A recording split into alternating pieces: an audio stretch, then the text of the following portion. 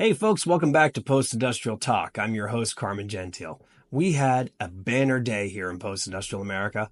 Trump chose Ohio's own Republican Senator J.D. Vance as his vice presidential pick. Now, we had expected this to happen. We've been talking about it around the office, and we're pretty certain that among the three finalists that it was going to be Vance. Because, let's face it, North Carolina Governor Doug Burgum never had a shot.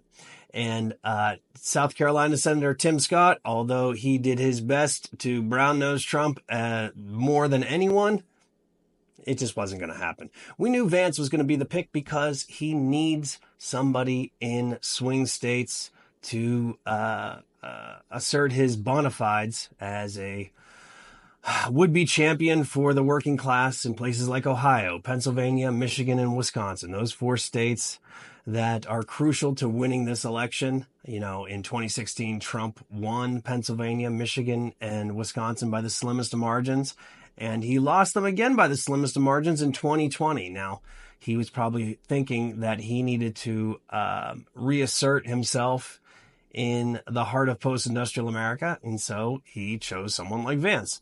And it's funny because Vance went from being an ardent anti-Trumper who once in an email to a friend compared Trump to Hitler in 2016. And then by the time he was running for Senate in 2022, he was as bootlickingly obsequious to Trump as Tim Scott or anyone else who was vying to be his VP. And in the last few weeks, it's gotten embarrassingly obvious that J.D. Vance was clamoring to be Trump's vice president. And he'd go to any lengths, no matter how base and depraved, to get that job.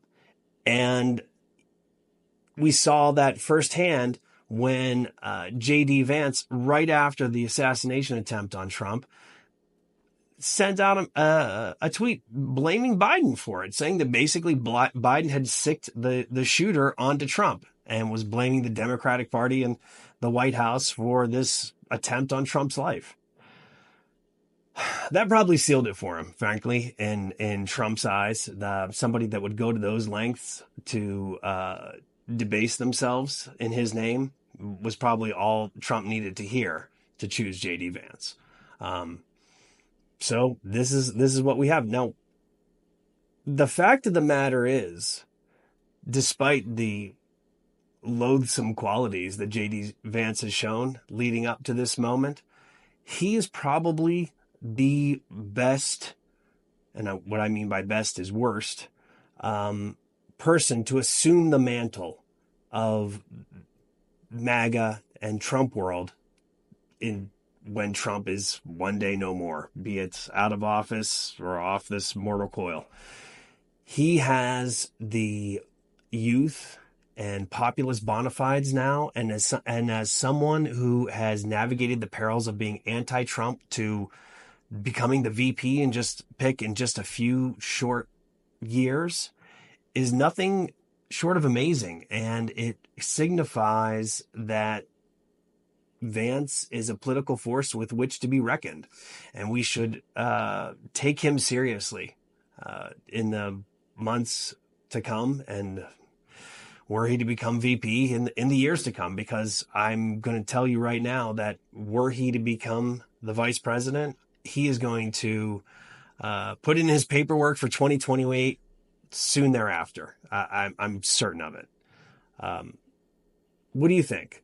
If you have any thoughts you want to share them in the comments or reach us at postindustrial.com. Be sure to check out the article that we've just posted about the Vance pick on postindustrial.com on the homepage. Check it out right now, and we'll catch in with you. We'll get back with you real soon. Thanks.